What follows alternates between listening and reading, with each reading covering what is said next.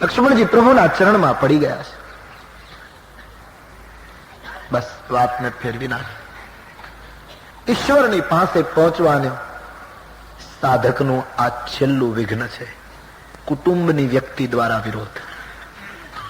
फिर से एक बार याद दिला दूं, प्रथम विघ्न व्रत भंग, બીજું વિઘ્ન વચ્ચે આવતા સમાજ દ્વારા ગેરસમજ આપણા માટે, આપણી સાધના માટે, આપણા સત્યના માર્ગ માટે. ત્રીજું વિઘ્ન કોઈ મહાત્મા કસોટી કરશે કે માર્ગ બરાબર છે. ચોથું વિઘ્ન દેવતાઓ યાની સૂર્ય તત્વ. એ બધામાંથી જો આપણે પાર ઉતરી જઈએ અને રામ સુધી પહોંચવાની તૈયારીમાં હોઈએ, યાની ચિત્રકૂટથી બિલકુલ નજીક હોઈએ, ત્યારે છેલ્લું વિઘ્ન આવે છે. માનવી જયારે બરાબર સત્યને પામવાની તૈયારીમાં હોય છે, ત્યારે છેલ્લું વિઘ્ન છે આપણા કૂટથી કોઈ આપણો વિરોધ કરશે. જૈસે મીરાને એના પતિએ વિરોધ કર્યો, પ્રહલાદને એના પિતાએ વિરોધ કર્યો, ધ્રુવને એની માતાએ વિરોધ કર્યો, વિભીષણને એના ભાઈએ વિરોધ કર્યો, કુટુંબના માણસો, તુકારામને એની પત્નીએ વિરોધ કર્યો, નરસિંહ મહેતાને એના મોટા ભાઈએ વિરોધ કર્યો. નિજી વ્યક્તિ વિરોધ કરશે. ધ્યાન દો, સાધના કરતા કરતા, સત્યનો માર્ગ પકડતા પકડતા જયારે કુટુંબમાંથી આપણે સાચા હોઈએ છતાં કોઈ નજીકની વ્યક્તિ વિરોધ શરૂ કરે, ત્યારે સમજવાનું સત્યની પ્રાપ્તિ નજીક છે. પણ એ વખતે ટકી રહેવું બહુ કઠિન છે. એ વખતે એ ભૂમિકાને નિભાવી રાખ, ત્યાંથી ભલભલા પડ્યા છે. રામરાજ્ય થવાની અણી ઉપર હતું, ત્યાં કઈ કઈ વિરોધ કર્યો. આપ દેખીએ સૂત્ર કે રૂપ में. બસ રાત ક્યારે પૂરી થાય એની રાહ જોવાતી હતી, બિલકુલ બધી તૈયારી, પણ ત્યાં કઈ કઈ વિરોધ કર્યો અને દશરથજી પડ્યા. રામરાજ્ય ન થયું, નહીં હો સકા. कहने का ताल्लुक है कि जયારે बिल्कुल रामनी नजीक जवानी तैयारीમાં આવીશું, ત્યારે એકદમ કુટુંબની, પરિવારની કોઈ વ્યક્તિ વિરોધ કરશે. એ વખતે રામ શરણાગતિ હશે તો ટકી રહેવાશે. આજ ભરતજીની કેટલી ઊંચી શરણાગતિ હશે કે લક્ષ્મણજીએ વિરોધ કર્યો, પણ એ વિરોધ કરનાર માણસને પસ્તાવો થયો. પ્રભુએ એને મીઠો ઠપકો આપ્યો. બસ મહાત્માઓની સાથે ચર્ચા શરૂ થઈ ગઈ, વાતને બદલી નાખી. બીજી તરફ તુલસીદાસજી વર્ણન કરે છે, ભરતજીનો સમાજ હવે બિલકુલ નજીક છે. ભરતજીએ માતાજીને વંદન કર્યા છે, શુકન થવા લાગ્યા છે ભરતજીને. સંક્ષેપમાં વર્ણન કરું છું. ભરતજીએ કૌશલ્યા માને કહ્યું, માં આજ મારું મન એમ કહે છે, આજ મને સાંજ સુધીમાં રામ દર્શન થશે. માં મારો આત્મા એમ કહે છે, માં મને શુકન થાય છે. ભરતજી મા પાસે રડી પડ્યા છે. શત્રુઘ્ન કે નયન ભરાએ. કૌશલ્યા માએ કહ્યું, બેટા ભગવાન તારી ઈચ્છા પૂરી કરે. માં મને એમ લાગે છે હવે નજીક છીએ, બાપજીની મંજૂરી લીધી, માતાની મંજૂરી લીધી, તમે બધા આ જગ્યા બહુ સરસ છે, અહીં રહો. હું ગુહ અને શત્રુઘ્ન 3 જઈએ, રામજીના દર્શન થાય, અમે બધું જોઈ લઈએ, પછી તમને બધાને લઈ જઈએ. ત્રણેયને મંજૂરી મળે છે. ભરત, શત્રુઘ્ન અને ગુહ 3 એકલા ઉપડ્યા છે. પણ આજ ભરતજીને ચાલવું હોય તો દોડાઈ જાય છે. ચિત્રકૂટ ખેંચે છે ભરતજીને. માતાના કર્તવ્યો યાદ આવે કે પગ ઢીલા પડે, રામની શરણાગત વત્સલતા યાદ આવે તો ભરતજી દોટ મૂકે. આમ ભરતજી પ્રેમ મગન બની હવે જેમ જેમ ચિત્રકૂટની નજીક પહોંચે છે, યાજ્ઞવલ્ક વર્ણન કરે, ભરદ્વાજ ગુહરાજ એક ટેકરા ઉપર ચડીને જોયે, ગિરિરાજ ચિત્રકૂટના દર્શન થયા છે. મંદાકની વહે છે, પરમાત્માની કુટિયા દેખાય છે, આશ્રમમાં પ્રભુ બેઠા છે, જટા બાંધેલી છે, હાથમાં તીર ફરે છે. શ્રી સીતાજી રામજીની સામે જોઈને બેઠા છે. લક્ષ્મણજી કંઈક પૂછે છે, રામજી પ્રત્યુત્તર આપે છે. પરમાત્માનું દર્શન થયું છે. ગુહરાજે ભરતજીને સાથ કર્યો, ભરતલાલજી ઉપર આવીએ. ભરત અને શત્રુઘ્ન દોડ્યા, ઉપર ગયા. દેખીએ મહારાજ, આપણે ચિત્રકૂટની નજીક આવી ગયા. અને જ્યાં ભરતજીએ ચિત્રકૂટનો આશ્રમ જોયો, તુલસી કહે, કેમ વર્ણન કરું એ અનુભૂતિનું. કવિ યગમ જીન બ્રહ્મ સુખ અહમમ મલિન જનેશુ. મહારાજની કલમ પડી ગઈ કે આજ વર્ણન કરવું કઠિન છે. ચોધાર અશ્રુ બહેને લગે આંખો से. ભરતજી को जैसे प्रभु के दर्शन हुए दूर से. એકદમ દોડે છે. ભરતજીએ નિર્ણય કર્યો છે, હું અહીંથી દંડવત કરીશ. એ પથરીલા પહાડ ઉપર, એ જગ્યા ઉપર ભરતજી દંડવત કરવા લાગ્યા છે. પથ્થર વાગે, કંટક વાગે, લોહી નીકળે. મન જેનું રામના ચરણમાં અર્પિત થઈ ગયું હોય, એને શરીરના સુખ દુઃખનું ભાન ક્યાંથી રહે. આમ યાત્રા આગળ વધી છે. થોડો રસ્તો ચૂક્યા છે. દેવતાઓએ પુષ્પવૃષ્ટિ કરી સુપંથ બતાવ્યો છે. આમ મંદાકનીના પટાંગણમાં ભરત પહોંચ્યા. ત્યાં તો પ્રભુના સવારમાં સ્નાન કરવા આવેલા એના ચરણારવિંદના નિશાનીઓ જ્યાં ચિહ્નો રેતીમાં જોતા, રેતીની ધૂળ મસ્તક ઉપર નાખતા, ભરતજી કો સમાધિ લગી, ભાવ મગન હો ગયે. શત્રુઘ્નજી રેતીમાં આલિંગન આપે છે, ગુહરાજના નેત્રોમાં આંસુ છે, રામજી બિલકુલ સ્પષ્ટ દેખાય છે. બલ કલ બસન, બાબાજી કહેતે हैं बल कल बसन जटिल तनु श्यामा जनु मुनि वेश किन्हरति कामा. સઘન વૃક્ષોની પાછળ જોયા છે, વલકલ વસ્ત્રો પહેર્યા છે, જટા ધારણ કરી છે, મુનિનો વેશ લઈને કામદેવ અને રતિ બેઠા હોય એવું લાગે છે. ભરત મહારાજ એક બાજુ એટલા બધા ભાવ વિભોર બન્યા છે. દંડવત કરતા કરતા સંતોનું એવું માનવું છે કે આશ્રમના પાછળ ગયા છે. રામજીની દ્રષ્ટિ આમ સન્મુખ છે, મૂળ દરવાજા તરફ. ભરતજી પીછે ગયે, દ્વાર પાસે ભરતજી પડી ગયા છે. ગુહરાજે ભરતજીને કહ્યું, મહારાજ આપણે પાછળના દ્વારે આવ્યા છીએ, ભગવાનને ખબર નહીં પડે, આપણે સન્મુખ જઈએ. એ વખતે ભરતજીએ ના પાડી છે. ગો, પરમાત્માની સન્મુખ તો સંત પુરુષો જઈ શકે, મારા જેવા પાપીને જવાનો કયો અધિકાર? ગો, હું આ પવિત્ર આશ્રમમાં પગ નહીં મૂકું, હું અહીંયા પડ્યો રહીશ. મારો ઈશ્વર મને માફ કરીને જો લેવા આવશે તો હું આશ્રમમાં જઈશ. આટલું કહી ભરતજી પડી ગયા છે.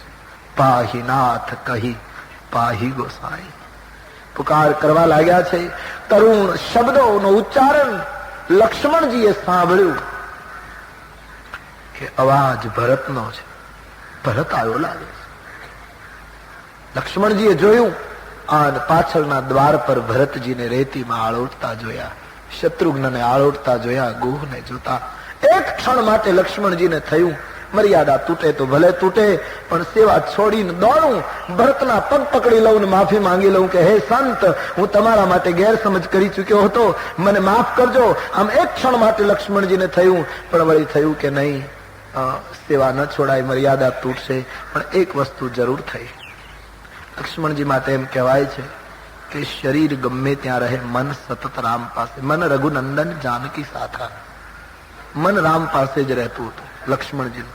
પણ આજ શરીર રામ પાસે અને મન સંત ભરતના પાસે. પોતાના ભાવને રોકી રહ્યા છે. લક્ષ્મણજીના નેત્ર ભરાયા છે. ભરતનો એ સ્વર સાંભળીને હૃદય ઉતાવળું બન્યું છે. ભરતને, ભરતજી મોટા છે લક્ષ્મણજીથી, પગે લાગીને માફી માંગી લઉં, એ મને જરૂર માફ કરશે. રહેવાયું નથી. ભગવાન રામજી તો અંતર્યામી છે, પણ એને નક્કી કરેલું, હવે તો જયારે લક્ષ્મણ મને કહે ત્યારે જ મારે ઉઠવું છે, ત્યાં સુધી ઉઠવું જ નથી. લક્ષ્મણ પ્રમાણપત્ર આપે કે નહીં, તમે કહેતા હતા એ બરાબર છે ને હવે એનો સ્વીકાર કરો, ત્યારે જ જવું છે. એટલે ભગવાન બિલકુલ બેઠે હે, પણ લક્ષ્મણજીથી રહેવાયું નહીં. રામજીની વાતમાં પેલું કરતા લક્ષ્મણજીએ કહ્યું, મહારાજ ભરત પ્રણામ કરત. મહારાજ ઉઠો ના, આપણો ભરત આવ્યો છે પ્રભુ. જયારે લક્ષ્મણજીએ કહ્યું, મહારાજ હવે વિલંબ ન કરો, ભરત આવ્યો. ઉઠે રામ સુની પ્રેમ અધીરા. ભક્તિની પ્રબળતા જો હશે ને તો સત્યની નજીક પહોંચતી વખતે કુટુંબની વ્યક્તિઓ વિરોધ કરશે, પણ જયારે સત્ય સમજાશે ત્યારે વિરોધ કરનારા આપણા માટે પ્રભુને પ્રાર્થના કરશે કે મહારાજ હવે એનો સ્વીકાર કરો. વિરોધ કરનારા મદદ કરશે. લક્ષ્મણજી જે વિરોધ કરતા હતા એમણે પ્રાર્થના કરી.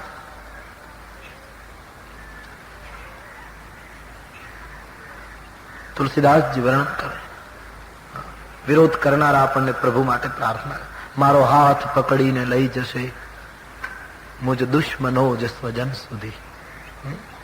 દિવસો જુદાઈ ના જાય છે, એ જશે જરૂર મિલન સુધી. ત્યારે એક ક્ષણ આવે છે ભક્તિમાં, પ્રેમમાં, ત્યારે તીવ્રતા જો હશે, પૂર્ણતા હશે, તો વિરોધ કરનારા મદદ કરશે. રામજીએ સાંભળ્યું, ભરત આવ્યો. તુલસીદાસજીએ વળી પ્રભુની દશાનું વર્ણન કર્યું કે ઉઠે રામ સુની પ્રેમ અધીરા. ભરત આવ્યો એમ સાંભળતા પ્રેમ અધીર રામજી ઉભા થયા. તુલસીદાસજી આટલું જ જોઈ શક્યા કે રામજી ઉભા થયા. અને પછી તુલસીદાસજી લખીને જ્યાં જોવા ગયા કે પછી રામજીએ શું કર્યું કે રામજી ભરતને ભેટી પડ્યા. આ દ્રશ્ય જોયું, ઉભા થયા અને ભેટી પડ્યા. બે જ દ્રશ્યો દેખાયા. રામ કયે માર્ગે ગયા એ તુલસીદાસજી જોઈ શક્યા નહીં. મારે બસ લીએ ઉઠાઈ ઉર લા એવું કૃપા નિધાન. બે દ્રશ્યો તુલસીજીને થયું કે કાલે મને કોઈ પૂછશે રામ કયે માર્ગે ગયા, પાછળથી ગયા, દોડીને ગયા, કઈ રીતે ગયા, કોઈ માર્ગ દેખાયો નહીં. કારણ કે ભરતને ભેટતી વખતે પ્રભુની જે ગતિ હતી એ એટલી તીવ્ર હતી કે તુલસી અને જોઈ શક્યા. સંતો એમ કહે જગતમાં વધારે ગતિ કોની? પવનની. પવન કરતા વધારે ગતિ પ્રકાશની. પ્રકાશ કરતા વધારે ગતિ ખગપતિ ગરુડની. ગરુડ કરતા વધારે ગતિ શ્રી કૃષ્ણના સુદર્શન ચક્રની. અને સુદર્શન ચક્ર કરતા વધારે ગતિ મારા ને તમારા મનની. આજ રામ ભરતને ભેટવા ગયા ત્યારે માનવીના મનની ગતિ કરતા પણ તે જ ગતિથી દોડ્યા, એટલે એ ગતિ દેખાય નહીં કે કયે માર્ગે ગયા. જેમ સુદામો આવે અને નામ સાંભળતા કૃષ્ણ જે ગતિએ દોડે એ ગતિએ રામ દોડ્યા છે. તુલસીદાસજી કહે રસ્તો કોઈ પૂછશે તો શું કહીશ? પણ ગોસ્વામીજીએ રસ્તો શોધી કાઢ્યો કે પ્રભુ આ માર્ગે જ ગયા હોવા જોઈએ ભરતને ભેટવા. કારણ કે ભગવાન ભરતને મળવા ગયા ત્યારે એના શરીર ઉપરથી 4 વસ્તુ પડી ગઈ. તે ઉઠે રામ સુની પ્રેમ અધીરા, કહું પટ કહું નિશંગ ધનુ તીર. રામજી દોડ્યા ત્યારે 4 વસ્તુ પડી ગઈ. ઉપરનું વલકલતું પડી ગયું, કેળનો ભાતો છૂટીને પડી ગયો, ખભામાંથી ધનુષ નીકળી ગયું અને હાથમાં તીર હતું એ તીર પડી ગયું. 4 વસ્તુ રામજીની પડી ગઈ ભરતને ભેટવા જતી વખતે. સંતો વિચાર કરતા થયા કે ભરતજીને ભેટવા રામજી ગયા ત્યારે 4 જ વસ્તુ કેમ પડી ગઈ, 5 કેમ નહીં, યા તો 3 કેમ નહીં? એક સંતનો અભિપ્રાય 4 વસ્તુ જ પડી. એનું કારણ જીવ જેટલું છોડીને રામને મળવા આવે ઈશ્વર એટલું છોડીને જીવનો સ્વીકાર કરે. યે યથામામ પ્રપદ્યન્તે તામ તથૈવ ભજામ્યહમ. જીવ મને જે રીતે ભજે એને હું એ રીતે ભજું છું. ભરતજી 4 વસ્તુ છોડીને આવ્યા છે. પ્રયાગરાજમાં અર્થ ધર્મ કામ મોક્ષ બારે કઈ જોઈતું નથી. ભરતજીએ 4 વસ્તુ છોડી તો રામ કહે હે ભાઈ તારો સ્વીકાર કરતા હું પણ 4 વસ્તુ છોડી દઉં છું. કહું પટ નિશંક ધનુ અર્થી. એક સંત કહે નહીં, આનું એક બીજું કારણ છે. ભગવાનના હથિયારો છૂટી નહોતા ગયા. ભગવાન જયારે ભરતજીને ભેટવા ગયા ત્યારે એમણે હથિયારો ફેંકી દીધા, ધનુષ બાણ ફેંકી દીધા. એનું એક સંત એમ કારણ આપે કે અતિ પ્રેમીને મળવા જઈએ ત્યારે હથિયાર લઈને મળવા ન જવાય. એટલા માટે રામજી હથિયાર મૂકી દીધા. એક સંત કહે નહીં, એક ત્રીજું કારણ. રામજીએ હથિયારો ફેંકી દીધા ભરતને ભેટવા જતી વખતે. એનું કારણ હથિયાર જે મૂકી દે ના એને પરાજય કબૂલ કર્યો ગણાય. જે માણસ હથિયાર છોડી દે એનો અર્થ એમ થાય કે મેં પરાજય કબૂલ કરી લીધો. એમ રામજી ભરતને મળવા ગયા ત્યારે હથિયાર મૂકીને ગયા. એ રામજી ભરતને એમ કહે કે ભાઈ તારા પ્રેમ આગળ હું મારો પરાજય કબૂલ કરું છું, હું તારી આગળ હારી ગયો. એટલા માટે હથિયાર છોડ્યા. એક સંત કહે એક ચોથું કારણ. ભગવાને હથિયાર છોડ્યા એનું કારણ, ભગવાને હથિયાર છોડી માનો ભરતજીને એમ બતાવ્યું કે ભરત અત્યાર સુધી તો મારું રક્ષણ હું પોતે કરતો હતો, પણ હવે મારું રક્ષણ તારે કરવાનું. હું હથિયાર મૂકીને આવ્યો છું, હું ભક્તને આધીન છું. હવે પિતાની આજ્ઞા પડાશે કે કેમ, મારી પાસે હવે પેલું નથી, હું હથિયાર મેં મૂકી દીધા. એક સંત કહે નહીં, એક ઓર કારણ. ભગવાને હથિયારો મૂકી દીધા એનું કારણ, ભગવાનને બચપણમાં જયારે સરયુને કિનારે ભરતની સાથે ગેડી દડે રમતા ત્યારે ભગવાનનો નિયમ હતો ભરતને જીતાડે પોતે હારે. રામજીએ ભરતને આ ચિત્રકૂટમાં હથિયાર મૂકીને કહ્યું કે ભાઈ બચપણમાં તને જીતાડવું અને મારે હારવું જે આદત હતી ને એ આજ યુવાનીમાં ગઈ નથી, હજી આદત એમનો છે. આજે પણ તું જીતે હું હારું. એક સંત કહે નહીં, એક ઓર કારણ. હથિયાર પડી ગયા. એક સાધુ બહુ સરસ કારણ બતાવે. એક સંત કહે નહીં, ભગવાને હથિયારો ફેંક્યા નહોતા તો હથિયારો પડી ગયા હતા. કારણ ઈશ્વરના શરીર ઉપર જે વસ્તુ હોય એ બધી ચેતન હોય. ઈશ્વરનું શરીર એ ભલે માનવ થઈને ધરતી ઉપર આવે પણ શરીરનો દેખાવ આપણા જેવો હોય, પણ ઈશ્વરના શરીરમાં રુધિરમાંસ ન હોય, આનંદનું શરીર હોય છે એમ શાસ્ત્ર કહે. માનસ में भी लिखा है चिदानंदमय देह तुम्हारी. હે પ્રભુ, આપનો દેહ ચિદાનંદમય છે. એટલે ઈશ્વરના શરીર ઉપર જે વસ્તુ હોય એ બધી ચેતન હોય, એમાં પ્રાણ હોય છે. કૃષ્ણની મુરલીમાં પ્રાણ હતો, કૃષ્ણના સુદર્શનમાં પ્રાણ હતો, શંકરના ત્રિશુલમાં પ્રાણ છે, શંકરના પિનાકમાં પ્રાણ હતો, રામના સારંગમાં પ્રાણ છે. ઈશ્વરના શરીર ઉપર જે રહે છે એ બધું ચેતન હોય છે, જડ નથી હોતું. તો રામજી જયારે ભરતને ભેટવા દોડ્યા ત્યારે પેલા ધનુષ્યમાન ખભા ઉપર હતા, એમણે જોયું, એ ચેતન હતા, એમણે જોયું કે ઓહ, ભરતજી ધૂળમાં આળોટે છે. ધનુષ્યમાનને તે દિવસે વિચાર થયો કે આપણે તો ભગવાનના ખભા ઉપર જ રહ્યા, ક્યારેય ધૂળનો અનુભવ તો કર્યો જ નહીં. આટલો મોટો સંત ચરણ ધૂળમાં આળોટે છે તો એ ધૂળમાં કંઈક હોવું જોઈએ. લાવો આજ આપણે ધૂળમાં પડીને અનુભવ કરીએ કે ધૂળમાં છે શું. इसलिए हथियार गिरने लगे थे. एक संत कहे एक और कारण, हथियार पड़ी, बड़ा सुंदर कारण एक साधु के द्वारा ધૂળનો અનુભવ, ચરણવેદનો અનુભવ કરવા માટે હથિયાર પડ્યા. એક કારણ. એક સંત કહે એક બીજું કારણ, હથિયારને શરમ લાગી કે ભરત જેવા મહાન સંત ચરણમાં પડે અને આપણે પ્રભુના ખભા ઉપર રહીને ભગવાનને વજન આપીએ, હવે તો આપણે ચરણમાં પડીને પ્રભુને હળવા કરી દેવા છે, इसलिए वो गिर चुके. एक संत કહે एक और कारण. એક સાધુ કહે હથિયાર પડી ગયા, એ તો ગળે ઉતરે એવું છે કે હાથમાં તીર હતું એટલે પ્રભુ દોડ્યા, ભેટમાં તીર, બે હાથનો ઉપયોગ કરવામાં તીર એમણે ભગવાન છોડી દીધું અને ઉતાવળમાં દોડવા ગયા એટલે ખભામાંથી ધનુષ પડી ગયું છે, એ પણ સહજ છે. પણ ભાથો કેમ પડી ગયો? કારણ કે ભાથો તો કેળ ઉપર બાંધેલો હોય, કટી ઉપર ક્ષત્રિયો નિશંગ યાની તીર રાખવાનો ભાતો બાંધે, એ ભાતો કેમ પડી ગયો? એ છૂટી કેમ ગયો?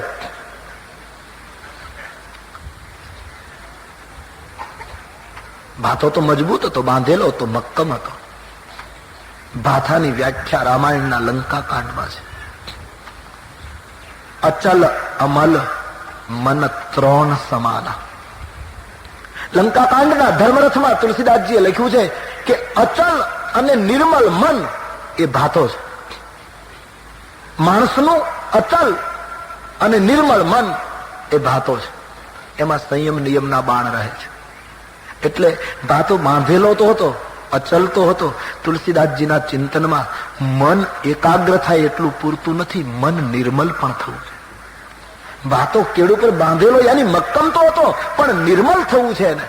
મારું ને તમારું મન એકાગ્ર તો ઘણી વાર થાય છે પણ નિર્મલ નથી. આપ જરા ધ્યાન દે, લોભી માણસ હોય ને, અતિ કંજૂસ માણસ, એ રૂપિયા ગણતો હોય ને ત્યારે એનું મન એકાગ્ર હોય છે, પણ એ મન પવિત્ર નથી. એકલું एकाग्र मन पूरતું નથી. जहां तक हमारे मानस का दर्शन है, आप जरा ध्यान दे, तुलसीदास जी बड़े क्रांतिकारी सूत्र देते हैं. तुलसीदास जी केवल एकाग्रताના હિમાયતી નથી, એકાગ્રતાની સાથે પાવનતાની જરૂર છે. માણસ ભોગમાં ડૂબે, કામી માણસ ભોગમાં ડૂબે ત્યારે એનું મન એકાગ્ર હોય છે, એને બીજું કઈ ભાન રહેતું નથી, પણ એ મન પવિત્ર નથી. આપણો અનુભવ કરો ને, આપણને ઘરની કોઈ વ્યક્તિ ઉપર કઈ થયું હોય ને ક્રોધ ચડે ત્યારે આપણું મન એકાગ્ર હોય છે, આપણને બીજું કઈ દેખાતું નથી. क्रोध में भी मन एकाग्र हो जाता है, लोभ में भी मन एकाग्र हो जाता है, काम में भी मन एकाग्र. પણ લોભ, ક્રોધ ને કામમાં એકાગ્ર થયેલું મન એકાગ્ર છે, નિર્મલ નથી. ત્યારે તુલસી કહે ભાતો એ તો અચલ અમલ નિર્મલ મન. તો આજ મન રૂપી ભાતાને એમ થયું કે હું રામની કેળ ઉપર અચલ તો છું પણ ચરણ ધૂળમાં પડું નહીં ત્યાં સુધી નિર્મલ નહીં થાવ. इसलिए भातो गिरी गयो, कारण के प्रभुना चरणनी धूळनो अनुभव करी उसको निर्मल बनना था. तो हथियारों पड्या. एक संत कहे हथियारों पड्या तो बराबर, पण वस्त्र केम पड़ी गયું? रघुवंशनी मर्यादा एमां रामजीना खभा उपरथी वस्त्र पड़ी गયું, એ કેમ પડી ગયું? એક સંત કહે એનું કારણ, એક સાધુનો મત છે વસ્ત્ર પડ્યું નહોતું, ભરતને ભેટવા ગયા ત્યારે પ્રભુએ ખભા ઉપરથી વસ્ત્ર ફેંકી દીધું. ભગવાનને થયું ભરતને હૃદયે લગાડું ના, ત્યારે આ વસ્ત્ર જો આડું આવશે તો બે હૃદયની મુલાકાતમાં વસ્ત્ર પડદો બનીને ઉભું રહેશે. મારા સંતને હું હૃદયે લગાડું ત્યારે વચ્ચે કોઈ પડદો ન હોવો જોઈએ, इसलिए वस्त्र को भी फेंक दिया। अनेक कारणों महात्माओं बतावे छे। उठे राम सुनी प्रेम अधीरा, कहूपट कहू निसंग धनु तीरा। रामजी आ रीते पहुंचा, भरतजी धूળમાં આળોટતા હતા। આજાન ભુજ રામજીએ ભરતના હાથ પકડી પ્રભુએ ભરતને સાદ કર્યો, ભૈયા ભરત। પ્રભુને બળનો ઉપયોગ કરવો પડ્યો, બસ લીએ ઉઠાઈ, એકદમ ભરતજીને ઉભા કરી લીધા અને હૃદય લગાડી લીધા। લાયું કૃપા નિધાન। અને ભરત અને રામ જયારે ભેટ્યા છે, આ દ્રશ્ય જોઈને બિસરે હું સબ અહીં અપાત, બધાને સમાધિ લાગી ગઈ। પૂર્ણ સાક્ષાત્કાર સધાઈ ગયો ચિત્રકૂટમાં। અને ચિત્રકૂટમાં જે સાક્ષાત્કાર છે એવો કોઈ જગ્યાએ નથી, કારણ કે ચિત્રકૂટ એ ચિત્ત છે અને ચિત્તમાં જ માનવીનો સાક્ષાત્કાર થાય। ચિત્તવૃત્તિના નિરોધમાં જ ભગવાન પતંજલિ કહે માનવીને પ્રાપ્તિ થાય છે। રામાયણમાં લખ્યું છે ચિત્રકૂટ ચિત્ત છે, રામ કથા મંદાકિની ચિત્રકૂટ ચિત્ત ચારુ। થોડા સમય પ્રભુના હૃદયની સાથે રહી ભરતજી બાહુપાશમાંથી ઢીલા બની પરમાત્માના ચરણ ઉપર પડી અને ચરણ ઉપર મસ્તક મૂકી ભગવાનના ચરણ ઉપર રડી પડ્યા છે। तब राम के नैन भराए, भरत मत रो भाई। शत्रुघ्न रो रहे हैं। लक्ष्मण जी भरतना चरणों पकड़્યા છે, ભૈયા તમે મોટા છો, હું નાનો છું, જરા મારો સ્વભાવ ઉગ્ર છે, હું તમારા માટે ન બોલવાના વાક્યો ભૂલી ગયો છું, મને ક્ષમા કરજો। લક્ષ્મણને હૃદય લગાડી ભરતે કહ્યું, ભરત તારા જેવું બળભાગી કોણ હોય લક્ષ્મણ? દુર્ભાગી તો અમે છીએ, આજ ભટકતા ભટકતા માંડ પહોંચ્યા છીએ।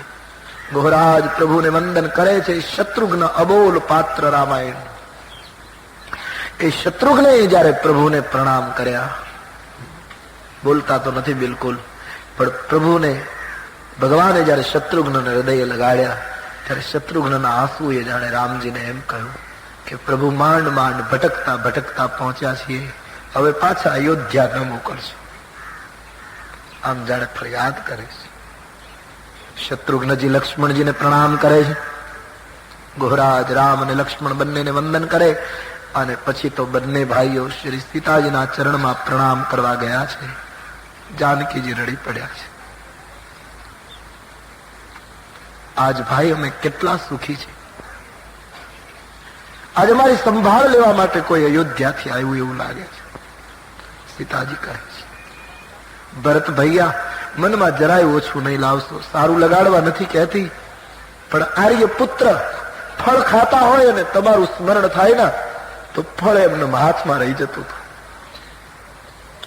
રાત્રિના સુતા હોય, કરવટ બદલે ના, પડખું ફેરવે તો બોલ્યા કરે, ભરત ભરત ભરત। અચ્છા હુઆ આપ આए। ગોસ્વામીજી વર્ણન કરે છે, આશ્રમમાં લઈ ગયા છે, ગુહ સીતાજીને વંદન કરે છે, સૌ ચૂપચાપ બેસી ગયા છે, ક્યાંક બોરના ઠળિયા પડ્યા છે, દર્ભની પથારી પડી છે, પાણી પીવા માટે વડલાના પાનના દોનાઓ પડ્યા છે। રામની આ સ્થિતિ જોઈ ભરતજી આજ બહુ રડે છે। આ પરિસ્થિતિ, મારો જન્મ ન થયો તો આ દશા ન થાય। પ્રેમ સિંધુ બધા જ ડૂબવાની તૈયારીમાં, અને ડૂબતાને જેમ ખારવો બચાવી લે એમ ગોહરાજ મૌન તોડે છે। ભગવાનને કહ્યું, પ્રભુ હા અમે એકલા નથી આવ્યા ભગવાન, માતાઓ પણ સાથે છે, ગુરુદેવ વશિષ્ઠજી સાથે છે, માં અને ગુરુ આવ્યા છે। સાંભળતા એકદમ વિષયાંતર થયો છે। શ્રી સીતાજીની પાસે શત્રુઘ્નને રાખી સીતાને કહ્યું, દેવી માં પણ આવી છે, અમે બધાને બોલાવી આવીએ। રામ લખન ભરત અને ગુહ ચારેય દોડ્યા છે સ્વાગત માટે।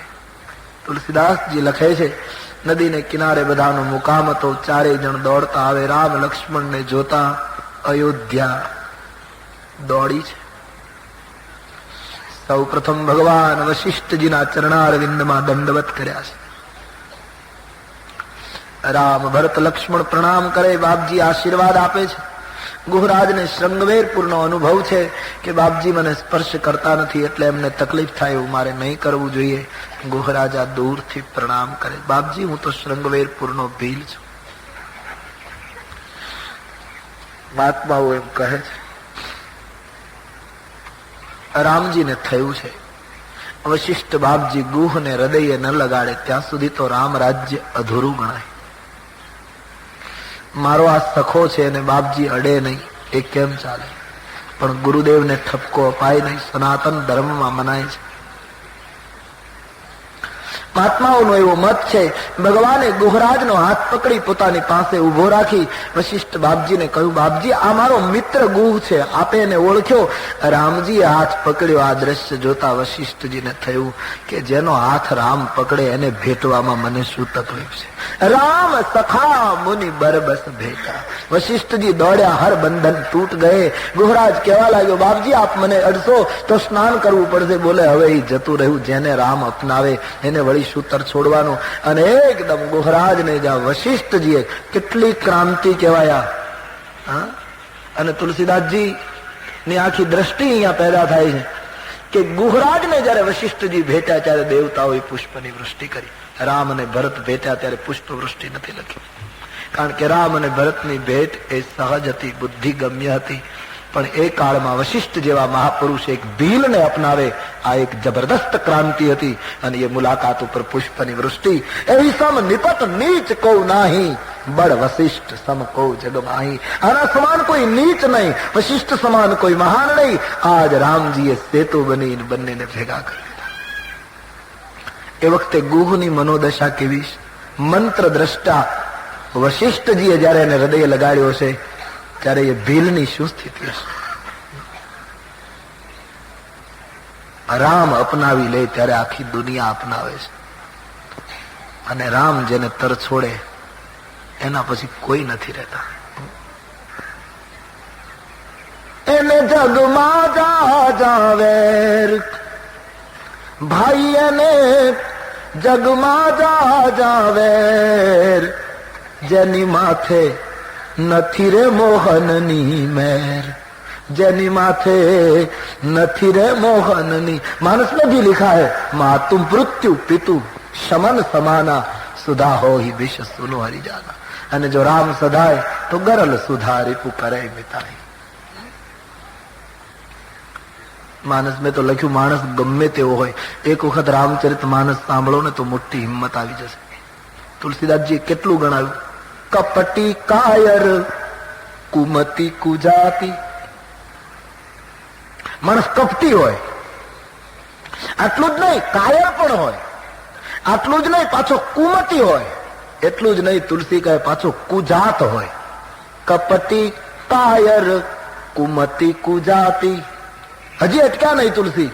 લોક વેદ બાહિર સબ ભાતી. લોકોએ તરછોડ્યો હોય, વેદ પણ અસ્વીકાર કરતો હોય, આટલો અધમ માણસ હોય. પછી તો આગળ શું ગણતરી કરવી અધમતા? કપટી કાયર કુમતી કુજાતી. લોકોએ તરછોડેલો વેદ અસ્વીકાર કરે, આવો માણસ હોય તો પણ રામ કિન્ન આપન જબ હિતે. રામ જયારે અપનાવે ત્યારે ભયેવું ભુવન ભૂષણ તબ હિતે. જયારે રામ પોતાનો કરે ત્યારે જગતનું ઘરેણું થઈ જાય. એટલે તુલસીદાસજી પોતાના સાહિત્યમાં એક જ વાત કરે, વિનયમાં એમણે કહ્યું કે ભગવાન મારે બીજું કઈ નથી જોઈતું. તુલસી કહે જગત મને ગમે તે કહે, દ્યુત કહે અવધૂત કહો, જે કહેવું હોય તે કહો, પણ મારી એક જ ઈચ્છા છે કે રામ એકવાર એમ કહે તુલસીદાસ મેરો. રામજી એકવાર બોલે કે તુલસી તું મારો છે, બસ મારી જીવન સાધના પૂરી. અને જેને રામ અપનાવે પછી તો શું કહેવા. વશિષ્ઠજી ગુહને ભેટ્યા છે, બડો ક્રાંતિકારી પ્રસંગ હતો. રામજી ખૂબ રાજી થયા છે. પછી તો બધાને મળી અને જયારે માને પગે લાગવા ગયા ત્યારે સૌ પ્રથમ કઈ માને ભેટ્યા. પ્રથમ રામ ભેટી કઈ સરલ સુભાવ ભગતિમતી ભેઈ. આપ ધ્યાન દે, રામજી સૌ પ્રથમ કઈ માને મળ્યા. મોટા કૌશલ્યા છે, વળી જનેતા છે, રામજીને પહેલું નિયમ પ્રમાણે મર્યાદા પ્રમાણે કૌશલ્યામાને મળવું જોઈએ, પણ પહેલા કૈકેયી અંબાને મળ્યા. એનું એક કારણ, કોઈ પણ વિવેકી માણસ આવું પગલું ભરે. કારણ કે રામજીને થયું કે કૈકેયી માને પહેલો નહીં મળું તો માને એમ થશે કે મેં વનમાં મોકલ્યો એટલે રામ મારા તરફ સહેજ નફરતનો ભાવ રાખે. એટલે કોઈ પણ વિવેકી માણસ આવું કરે એટલે પહેલા મળ્યા. પણ એક સંત કહે નહીં, નિયમ પ્રમાણે કૌશલ્યાજી મોટા છે, એને જ મળવું જોઈએ. પણ છતાં રામજી કૈકેયીને મળ્યા. એનું કારણ રાજનીતિનો પ્રયોગ થયો છે. રાજનીતિના નિયમ પ્રમાણે ઉંમરમાં મોટા હોય એ મોટા ન ગણાય, જે રાજમાતા હોય એ મોટા ગણાય. અને રાજમાતા એને કહેવાય જેના પુત્રને ગાદી મળી હોય. રામ કહે, હે માં, આજ કૌશલ્યામાં રાજમાતા નથી, રાજમાતા તું છો. કારણ કે ભરતને ગાદી મળી છે, માટે નિયમ પ્રમાણે રાજમાતાને પહેલું મળવું જોઈએ. એટલા માટે રામ કૈકેયી માને પ્રથમ મળ્યા. પણ દીકરો માને મળે ત્યારે આપણા બધાના અનુભવ હોય, કેવું દ્રશ્ય હોય? પુત્ર માને વંદન કરે અને પછી માં એકદમ નમીને એને ભેટી પડે. આ દ્રશ્ય હોય. તો રામજીને પ્રથમ કૈકેયી માને વંદન કરવા જોઈતા હતા, પણ રામજી વંદન નથી કરતા, સીધા કૈકેયીને ભેટી પડ્યા. વંદન તો બીજી ચોપાઈમાં આવે છે. પ્રથમ રામ ભેટી, કૈકેયી માને ભેટી જ પડ્યા. રામ એકદમ બાજી પડ્યા છે રામજી. इसलिए माँ कई को गले से लगा लेते हैं. પણ माँ कई ને પછી જયારે રામ પગે લાગ્યા, પગ પરી કિનઃ પ્રબોધ બહોરી, પગમાં પડી ગયા, વંદન કર્યા. માતા રડી પડ્યા. કઈ ત્યારે બોધ આપ્યો છે, માં કાળ કર્મ વિધિ સિર ધરી ખોરી. જે કઈ થયું કાળ કર્મ અને દૈવને આધીન છે. માણસ નિમિત્ત બની જાય છે. આમ કઈ માના મનનું સમાધાન કરી, મન હળવું કરી. સુમિત્રાજીને મળ્યા ત્યારે તો કોઈ નિવેદન છે જ નહીં. સુમિત્રા અને રામનો તો કોઈ વાર્તાલાપ જ રામાયણમાં નથી. बिल्कुल दोनों अबोल है, मानस में कुछ बोलते ही नहीं. यदि दोनों का मौन हम समझ पाए तो समझ सके, बाकी कोई भाषा का काम नहीं हुआ. बस सुमित्रा के सामने जैसे राम गए, कोई कर्जदार नीचू જોઈને ઉભો રહે એમ કર્જદારની જેમ ઉભા રહે કે માં તારો લક્ષ્મણ અમારી બહુ સેવા કરે, અમે તારું અને ઉર્મિલાનું ઋણ નહીં ચૂકવી શકીએ. આમ કર્જદાર માણસની જેમ ઉભા રહ્યા છે. सुमित्रा जी के नयन से अश्रु बह गए और अब आए हैं कौशल्या जी ना पास. माँ कौशल्या ने वंदन करे छे. माँ भेटी पड़ी છે, बोली नहीं शकी. माँ राघव, हाँ माँ. लक्ष्मण जी ने बुलावी भेटे છે, भरत जी ने भेटे છે, माताओं ने, गुरुदेव ने, ब्राह्मणों ने, मुख्य मुख्य व्यक्तियों ने आश्रम में लई गया છે. पावन आश्रम गमन किए भरत लखन रघुनाथ. श्री सीताजी दौड़्या છે. वशिष्ठ भगवान ने वंदन करी. ત્રણેય સાસુઓને જાનકીએ વંદન કર્યા. ત્યારે માતાઓ આંખો મીચી ગઈ છે. સીતાને જોઈ શક્યા નહીં. અમારી પુત્ર વધુની આ દશા. કરુણા રેલાઈ ગઈ છે ચિત્રકૂટમાં. પણ હજી મૂળ વસ્તુની કોઈને ખબર નથી. વશિષ્ઠજી બધાને શાંત કરે છે. માયિક ગતિનું વર્ણન કરવા લાગ્યા છે. રામજી, સંસારમાં આવવું અને જવું, મળવું અને છૂટા પડવું એ આ જગતનો ક્રમ છે. રામજીને થયું, બાપજી કેમ આવી ચર્ચા શરૂ કરે છે? અને વશિષ્ઠજીએ ધીમે રહીને કહ્યું છે, રાઘવ, બીજું તો કઈ નહીં ભાઈ, પણ એક વસ્તુ અયોધ્યામાં જરા બગડી ગઈ. બાપજી, લખન, રામ, સીતા तीनों एकदम चौकन्ने रह गए. શું બાપજી? બોલે, હા રાઘવ, સુમંતજી રથ લઈને આવ્યા અને એમણે દશરથજીને કહ્યું કે રામ વનમાં જતા રહ્યા, હવે 14 વર્ષ પહેલા નહીં આવે. રામ, મહારાજ દશરથજીએ પ્રાણ છોડી દીધા. અવધેશનું મૃત્યુ થયું એમ જ્યાં સાંભળ્યું છે. લક્ષ્મણજી એક બાજુ પડી ગયા છે. શ્રી સીતાજી કૌશલ્યાની ગોદમાં મસ્તક મૂકીને રડે છે અને સ્વયં બ્રહ્મ મરણ હેતુ નિજ નેહ નિહારી. પોતાના નેહ માટે પિતાએ પ્રાણ છોડ્યો. આ વાત સાંભળતા રામજી રડી પડ્યા. આખા સમાજમાં કરુણા વ્યાપી, જાણે આજે જ દશરથજીનું અવસાન થયું. સબરોએ વશિષ્ઠજી બધાને શાંત કરે છે. આખો દિવસ અને એ રાત નિર્જળા વીતી ગઈ. કોઈએ જળ ન પીધું. બીજા દિવસની સવારે સંતો કહે છે, ભગવાન રામ મંદાકરીને કિનારે સ્નાન કરવા લઈ ગયા છે. બધાએ સ્નાન કર્યું. વશિષ્ઠ મહારાજે રામજીના હાથે પિતાની પાછળ જે પુત્રએ ક્રિયા કરવી જોઈએ બધી ક્રિયા કરાવી. ઋણ મુક્તિ થઈ છે. બધા જ આશ્રમમાં ચૂપચાપ બેઠા છે. અનેક ડેરા તંબુ લાગી ગયા. ચિત્રકૂટમાં નગર વસી ગયું છે. ભીલોના ટોળે ટોળા આવ્યા છે. રામજીને કહે, પ્રભુ આટલા બધા મહેમાનો આવ્યા છે, આજ સેવાનો અમને અવસર મળ્યો છે, અમને આજ્ઞા કરો, અમે શું કરીએ? ભાઈઓ, 24 કલાકથી કોઈએ જળ નથી પીધું. ફળ ફૂલ લાવી બાપજીને પૂછી અવધવાસીઓના ઉતારે ફળ ફૂલ અર્પણ કરો.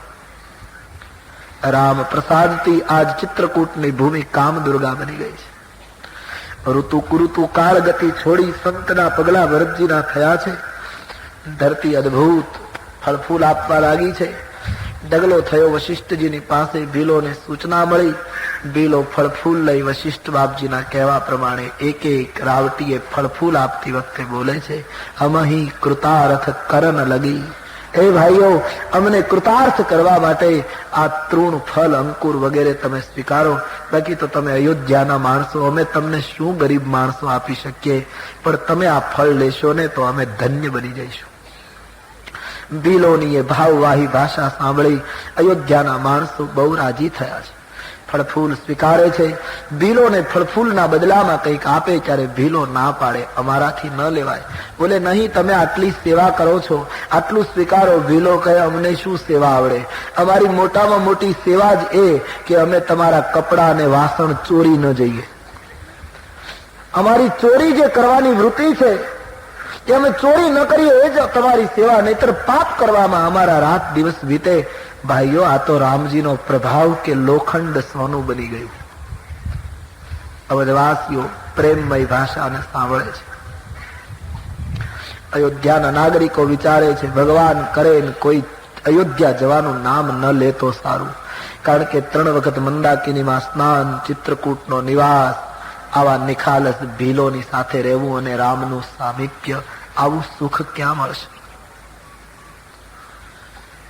બધા જ આ રીતે સ્થિર થઈ ગયા चित्रकूट में।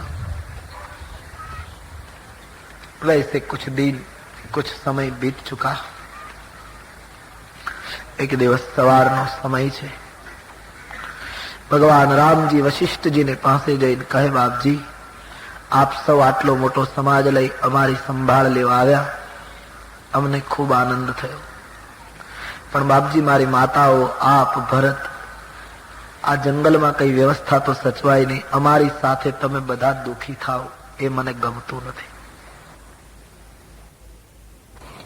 बापजी मने जे आदेश आपो ते हूँ स्वीकारू अने भरत ने आदेश आपो, प्रजा ने आदेश आपो ते ए स्वीकारे। कईक निर्णय करो, राज्य खाली पड्युं छे। वशिष्ठजीए कह्युं, राम ये तो तमारी उदारता अने कारुण्य स्वभावनुं परिणाम छे के तमे पारकी पीड़ ने जोई शकता नथी, पण रामजी दुख तो शुं कहेवाय ए तमारा अने दशरथना विरहमां जेणे अयोध्या जोई होय एने खबर पड़े। અહીં આવીને લોકો સુખી થયા છે રામજી, છતાંય હું તમારો સંદેશ ભરતજીને કહીશ, કારણ કે અમને બધાને અહીં લાવનારા ભરત છે, માટે ભરતના વિચારો જાણ્યા પછી નિર્ણય કરી શકાય। ભલે બાપજી, રામ જતા રહે। અહીં વશિષ્ઠજી ભરતજીને બોલાવવા મોકલે છે, પણ ભરતજી ચિંતિત છે।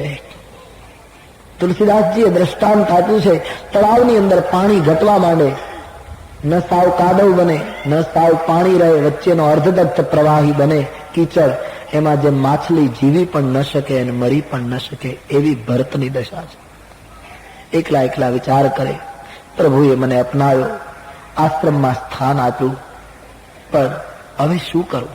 राम अयोध्या कई रीते आवे? भरतजी विचार करे।